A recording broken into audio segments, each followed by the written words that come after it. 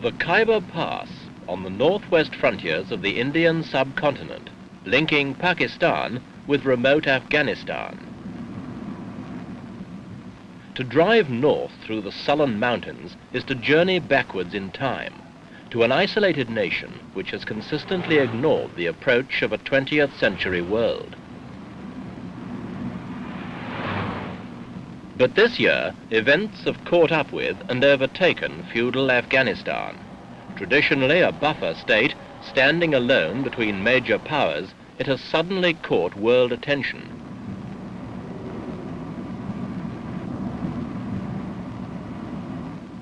New men have seized control, men who appear willing to reactivate ancient grievances and to assist the ambitions of powerful friends.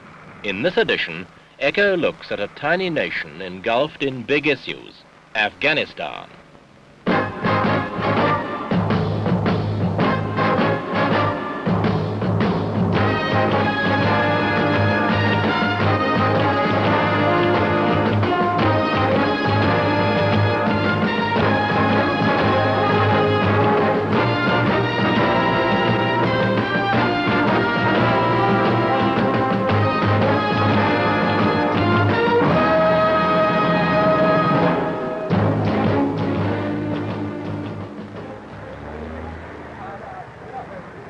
For centuries, the Pathan tribes of Afghanistan have lived by their own rules. Here, a man carries a gun as a badge of honor, and most use them with deadly accuracy.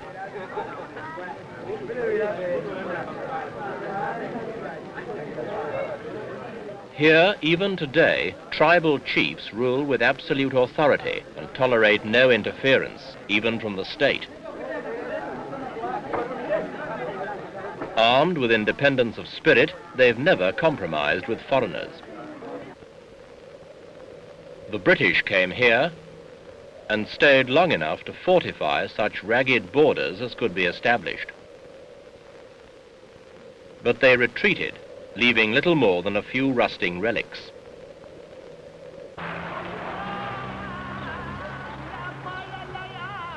Islam, in one of its more straight-laced forms, is the national religion. The power of religious authority remains a conservative force, regardless of who rules in Kabul, the capital.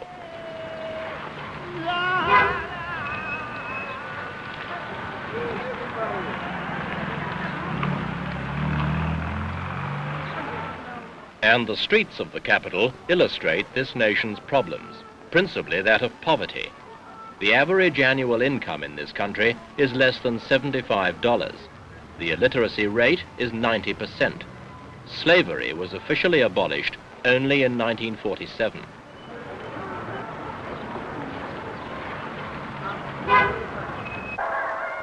And now there has been a revolution. King Zahir Shah was ousted, and his cousin, Mohammed Daud, decreed Afghanistan a republic. The king went into exile.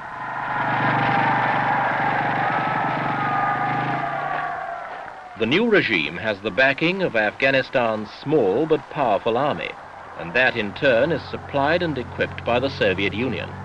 The troops are Afghans, but the heavy weapons, tanks, advisors, ammunition and fuel come from the Red Army. It was President Daud, Prime Minister until 1963, who first encouraged Russian assistance, and Moscow did not hesitate to take advantage of the invitation.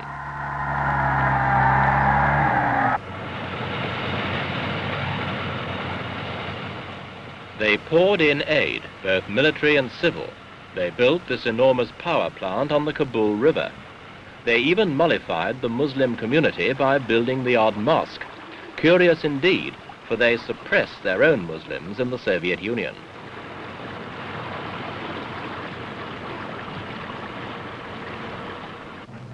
But the Soviet presence in Afghanistan has little to do with altruism and everything to do with an old Russian ambition to gain access to the Indian Ocean by an overland route.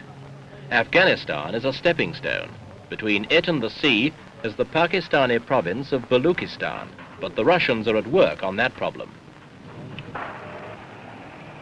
While wooing the Afghan regime with showy new projects, such as this housing scheme, the Soviet Union is actively backing Afghanistan's long-time claim to Baluchistan, whose people, like those of Afghanistan itself, are Pathans.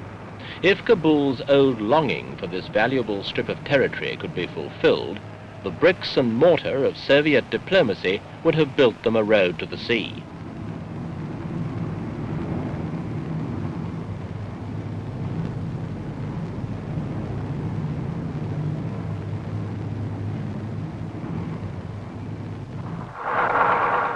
One thing that stands in the way is the presence of their bitterest enemy, the Chinese.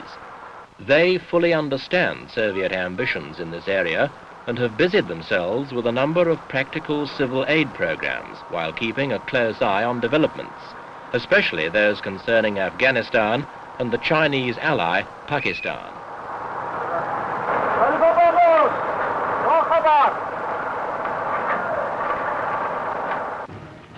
While they remain, the Russian dream of rolling down to the Indian Ocean is unlikely to come true, for the Chinese themselves would be interested in opening up the same access to the sea, and more important, to the oil of the Persian Gulf, of which the Chinese domestic economy is in increasing need.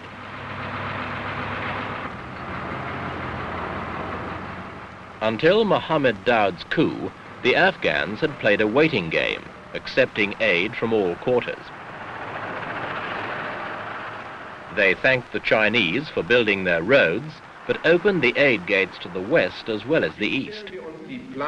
In case number 2, was wollen wir jetzt hier beginnen? Commentateurs ont inclus eux la recherche dispute. Afghanistan has always been suspicious of foreigners, but King Zahir Shah knew his country desperately needed what these foreigners could bring. Now Mohammed Daoud has, for all intents and purposes, allied himself with the Soviet Union. The ordinary Afghan, caught in the endless circle of subsistence living, now has his future in pawn to the Russians as well. And the future does not look that good. While the Russians were building pretentious airports and roads, thousands of Afghans have died. A 3-year drought has destroyed bullocks and crops. Water and grain supplies dwindled. There is little enough economic basis on which to build a new people's democracy.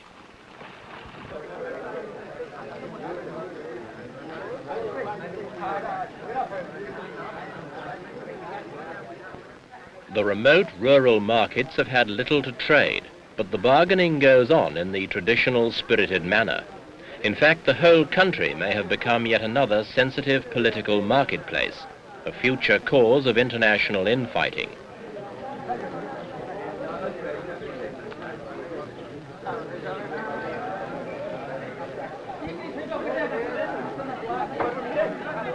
But to anyone who can expect to earn no more than $75 a year, there are more important things to haggle over.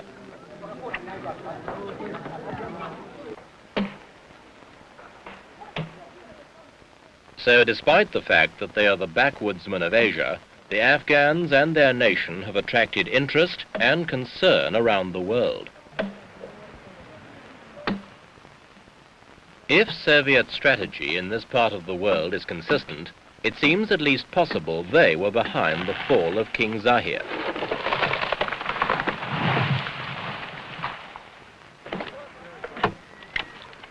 In his place, they have, in President Daoud, a man whose policies they may be able to shape. Already he has made appropriate noises in the direction of Pakistan and is encouraging separatist movements among Pathan peoples in that country.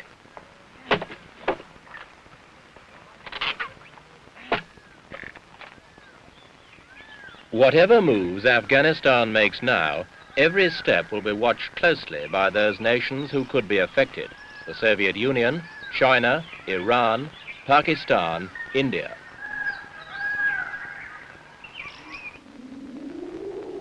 Afghanistan is still the buffer between big nations involved in the Indian subcontinent, as it was a century ago. But the nations are more powerful today, and the issues more dangerous.